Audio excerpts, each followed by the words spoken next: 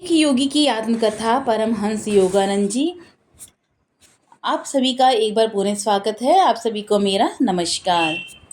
यह अध्याय 25 भाई अनंत और बहन नलिनी। अनंत अब और जीवित नहीं रह सकता। इस जीवन में उसके कर्मों का भोग पूरा हो चुका है। एक दिन जब सुबह मैं गहन ध्यान में बैठा था, तब ऐसे कठोर शब्द मेरी आंतरिक चेतना में आए। मुझे सन्यासी क्रम में आए कुछ ही समय हुआ था। मैं अपने जन्म स्थान गोरखपुर गया। गोरखपुर, जहाँ मैं अपने बड़े भाई अनंत के यहाँ अतिथि की तरह रुका था। अचानक बीमारी ने उसे बिस्तर में सीमित कर दिया था। मैं उसकी बहुत प्यार से सेवा करने लगा। मेरे अंदर उठी इस घोषणा ने मुझे अंदर तक दुखी कर दिया। मुझे लगा कि मैं अब गोरखपुर में नहीं रह सकता। मैं अपने भाई को अपनी आंखों से ओझल होते हुए नहीं देख सकता। ऐसी असहाय स्थिति सोचकर मैं बहुत दुखी था। अपने रिश्तेदारों का टीका टिप्पणी की परवाह न करते हुए मैं सबसे पहले मिले जहाज से भारत से बाहर चला गया। मेरा जहाज बर्मा से चीनी समुद्र से होते हुए जापान पहुंचा। मैं कोबे में उतर गया और वहां कुछ दिन के लिए रुका। मेरा दिल सैर सपाटे के लिए बहुत भारी था। मेरी कहीं जाने की इच्छा नहीं थी। जहाज से वापस भारत आते हुए शंघाई में रुका। वहाँ डॉक्टर मिश्रा, जो जहाज के चिकित्सक थे, वे मुझे कलात्मक वस्तुओं की दुकान में ले गए, जहाँ मैंने श्री युक्तेश्वर जी और अपने परिवार दोस्तों के लिए कई उपहार खरीदे। अनंत के लिए मैंने नक्काशी वाला बांस से बना बड़ा सा उपहार लिया। जैसे ही चीनी सेल्समैन ने मेरे हाथ में बांस की कारीगरी वाली वस्तु थमाई, वैसे ही वह मेरे हाथ से गिर गई। मैं रोने लगा। मैंने ये उपहार अपने प्रिय मृत भाई के लिए खरीदा था। मुझे स्पष्ट अनुभूति हो गई कि अनंत दा की आत्मा अभी अभी मुक्त होकर अनंत की ओर जा रही थी। वह उपहार एक तेजी से संकेत देते हुए नीचे गिरते हुए फट गया था। रोते हुए मैंने बांस की सतह पर लिखा, मेरे भाई अनंत के लिए, जो दुनिया छोड़कर जा चुका है। मेरे साथी डॉक्टर मुझे व्यंग्य भरी नजरों से देख रहे थे। अपने आंसुओं को बचाओ, उसने कहा। जब तक तुम निश्चित नहीं हो जाते कि उनकी मृत्यु हो गई है, क्यों आंसू बहा रहे हो? जब जहाज कलकत्ता पहुंचा, तब डॉक्टर मिश्रा मेरे साथ चले। मेरा छोटा भाई विष्णु बंदरगाह पर मुझे लेने आ गया था। मुझे पता है अनंतदा अब नहीं रहे। इससे पहले कि वह कुछ कहता, मैंने कहा, कृपा करके बताओ, यह डॉक्टर यही है कि अनंत की मृत्यु हो चुकी है? विष्णु ने तारीख बताई। इसी दिन मैंने शंघाई में उपहार खरीदा था। देखो, डॉक्टर मिश्रा अचानक बोल उठे, कृपा करके इस बात की लोगों को खबर ना होने पाए। प्रोफेसर टेलीपैथी पर 1 वर्ष की पढ़ाई मेडिकल कोर्स में और जोड़ देंगे, जो कि पहले से ही लंबा है। जब मैं गुरपार रोड वाले घर में पहुंचा, तब मेरे पिताजी ने मुझे प्यार से गले लगाया। वह रुधिर स्वर में बोले, तुम आ गए। उनके आंखों से 2 मोटे मोटे आंसू निकले। साधारणतः वह अपने भावों को कभी नहीं दिखाते थे। उन्होंने कभी भी इस तरह के प्यार का संकेत नहीं दिया था। बाहर से वह गंभीर पिता थे, मगर अंदर से उतना उनका जल्दी पिघलने वाला हृदय माँ जैसा ही था। अपने परिवार के सभी मामलों में वे माता पिता दोनों की भूमिका निभाते थे। अनंत की मृत्यु के बाद मेरी छोटी बहन नलिनी एक दिव्य उपचार के द्वारा मरते मरते बची थी। इस कहानी को बताने से पहले मैं उसके पहले के जीवन की 2 घटनाओं का जिक्र करना चाहूँगा। बचपन में मेरे और नलिनी के बीच संबंध सही नहीं रहे थे। हमारे बीच बहुत खुशी भरी यादें नहीं थी। मैं बहुत दुबला था और वह मुझसे भी पतली थी। अनजाने में या अपनी हीन भावना के कारण, जिसे किसी मानसिक चिकित्सक को पहचानने में देर नहीं लगेगी, मैं अक्सर उसके मुर्दनी सूरत पर कटाक्ष कर मजाक उड़ाता रहता था। जवाब भी उतने ही कठोर और भेदने वाले होते। उसकी स्पष्टवादिता उसके किशोर अवस्था के अनुरूप थी। कभी कभी माँ को बीच में पढ़ना पड़ता था और हमारी बचकानी हरकतों को वो मेरे कान पर हल्का सा थप्पड़ लगाकर झगड़े को खत्म कर देती। बीतता गया। नलिनी की सगाई एक कलकत्ता के युवा चिकित्सक के साथ हो गई, जिसका नाम था पंचानन बोस।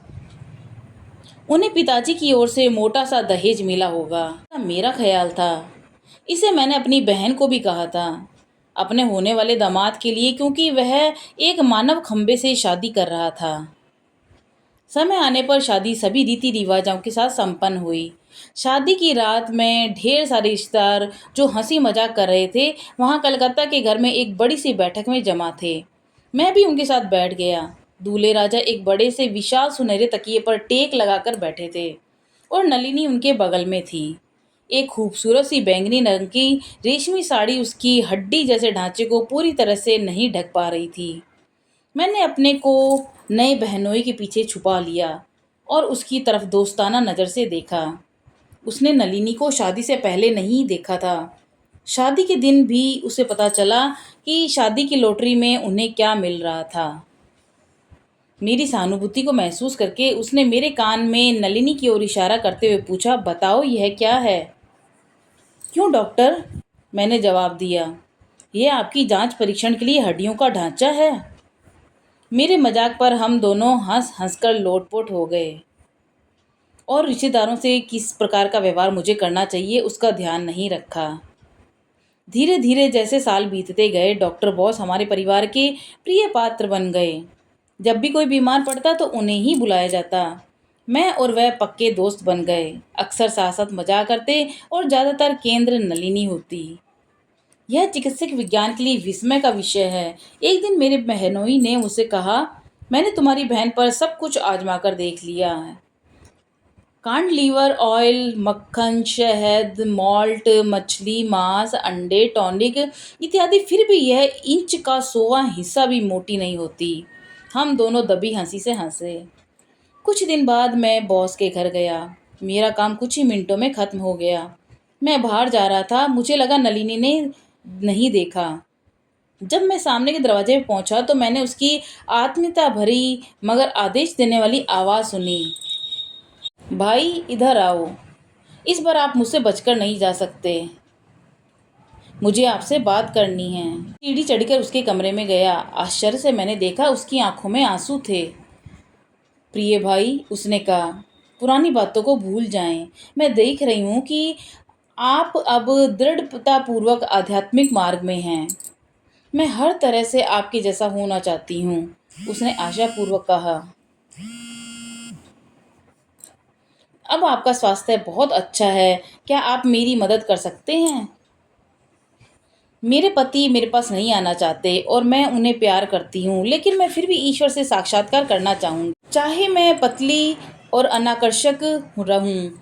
उसकी इस याचना से मेरा दिल भर आया। हमारी नई दोस्ती धीरे धीरे बढ़ने लगी। एक दिन उसने मेरा शिष्य बनने की इच्छा प्रकट की। कई महीनों के बाद, जिस दौरान नलिनी कड़ाई से विभिन्न नियमों का पालन कर रही थी, मैंने उसको शाकाहारी भोजन करने की सलाह दी।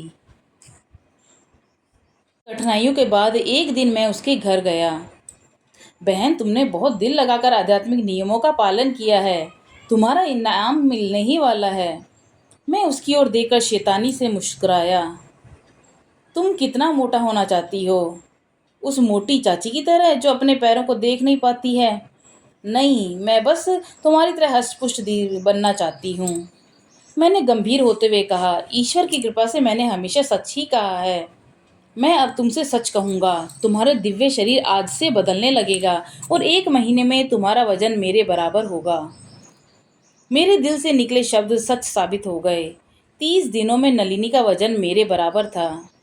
नए गोलेपन ने उसे खूबसूरत बना दिया। उसका पति उसे बहुत प्यार करने लगा। उनकी शादी जो इतनी खराब तरह से शुरू हुई थी, वह खुशियों में भर गई।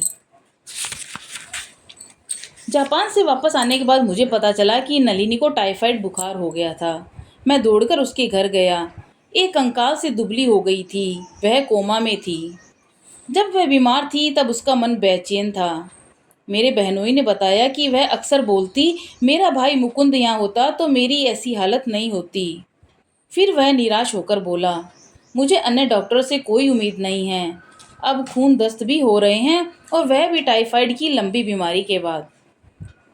मैं अपनी प्रार्थना से पृथ्वी और स्वर्ग को हिलाने लगा। एक एंग्लो इंडियन नर्स के साथ जिसने मेरा बहुत साथ दिया, मैंने अपनी बहन पर कई उपचार की विधियां उपयोग की। इससे यह उल्टी खूनी दस्त गायब हो गए।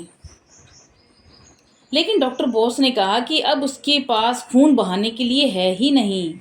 वह ठीक हो जाएगी, मैंने दृढ़ता से कहा। 7 दिनों में उसका बुखार खत्म हो जाएगा। 1 हफ्ते बाद नलिनी ने अपनी आंखें खोली और मेरी तरफ मुझे पहचानते हुए प्यार से देखा। मैं ये देखकर बहुत प्रसन्न हुआ। उसके बाद उसके स्वास्थ्य में तेजी से सुधार हुआ। यद्यपि उसका वजन पहले जैसा हो गया था, लेकिन इतनी गंभीर बीमारी का चिन्ह उसके शरीर पर रह गया था।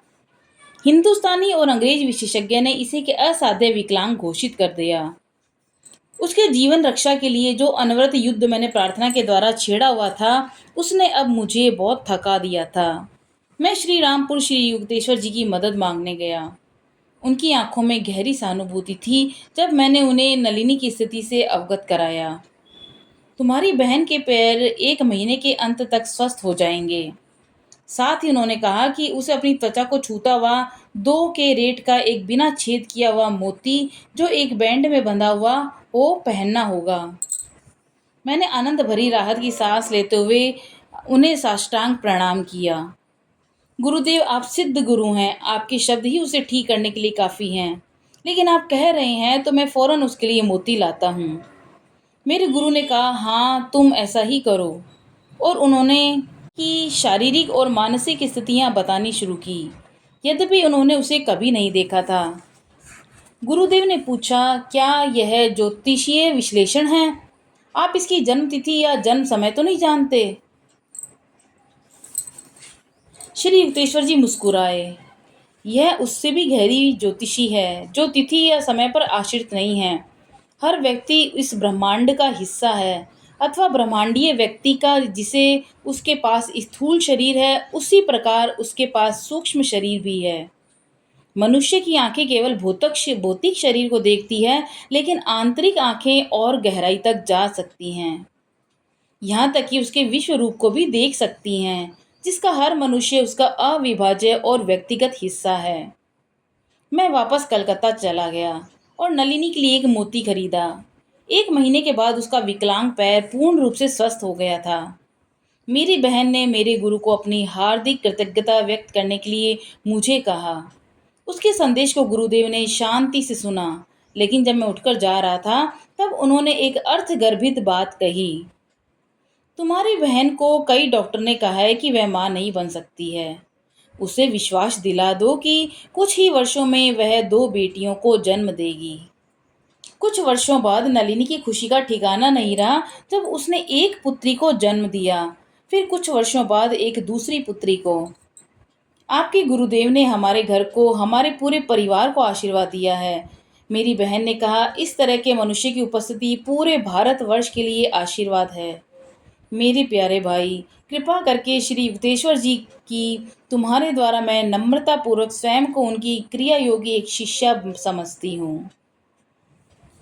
तो ये था बहुत ही खूबसूरत सा अनुभव आज के अध्याय में। कल हम पढ़ेंगे अध्याय 26 क्रिया योग विज्ञान। तब तक के लिए नमस्कार।